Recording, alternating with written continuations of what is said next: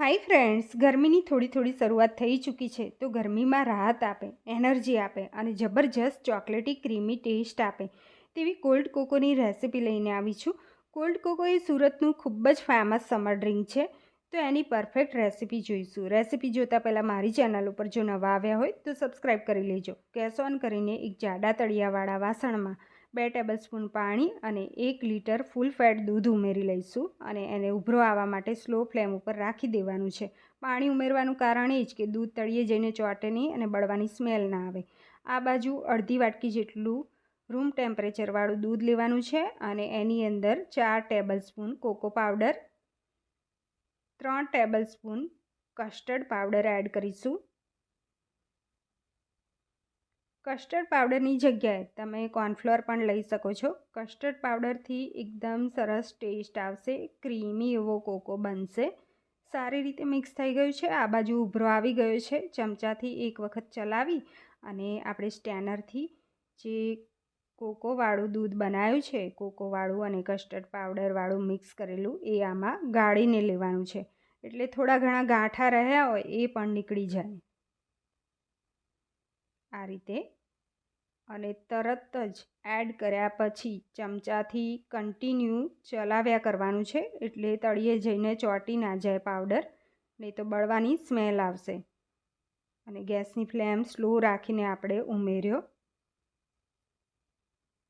હવે 2 મિનિટ આ રીતે ઉકાળી લેવાનું છે. 2 મિનિટ પછી એની અંદર અડધો કપ પ્લસ 1 ટેબલસ્પૂન ખાંડ ઉમેરી લઈશું અને હવે 4 થી 5 મિનિટ સ્લો ફ્લેમ ઉપર થવા દેવાનું છે.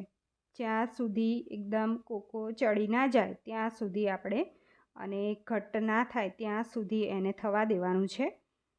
અને ચમચાને પણ દેખાશે, સરસ કોટિંગ થશે, એટલે સમજી લેવાનું કે કોકો બરાબર ચડી ગયો છે. 4 થી 5 મિનિટ જેટલો સમય થાય એટલે આપણે ગેસની ફ્લેમ બંધ કરી લેવાની છે. જો સરસ એકદમ કોટિંગ થાય છે. હવે ગેસની ફ્લેમ બંધ કર્યા પછી રૂમ ટેમ્પરેચર પર આવે પછી આપણે એની અંદર 10 થી 11 નંગ કાજુ કટ કરેલા અને 10 થી 11 નંગ બદામ કટ કરેલી એડ કરી લઈશું. મોટી મોટી જ કટ કરી છે. અને સારી રીતે મિક્સ કરી લઈશું.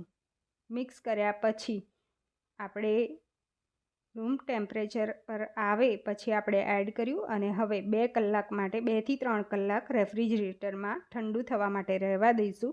અને તમે આખો દિવસ પણ ઠંડુ થવા માટે રાખી શકો છો. એકદમ ટેસ્ટી એવો તૈયાર થશે અને રેફ્રિજરેટરમાં રાખ્યા પછી પણ એકદમ ઘટ્ટ થતું હોય છે. જો હવે આપણે રેફ્રિજરેટરની બહાર કાઢ્યો અને એકદમ ચિલ્ડ થયો. હવે આપણે સર્વિંગ ગ્લાસમાં ભરી લઈએ. ગ્લાસની અંદર એક આઈસ ક્યુબ એડ કરીશું અને આપણે કોકોને સર્વ કરીએ. એકદમ ઘટ્ટ અને ક્રીમી એવો કોકો સર્વ થઈ ગયો છે. હવે એની ઉપર કાજુ બદામથી ગાર્નિશ કરીશું.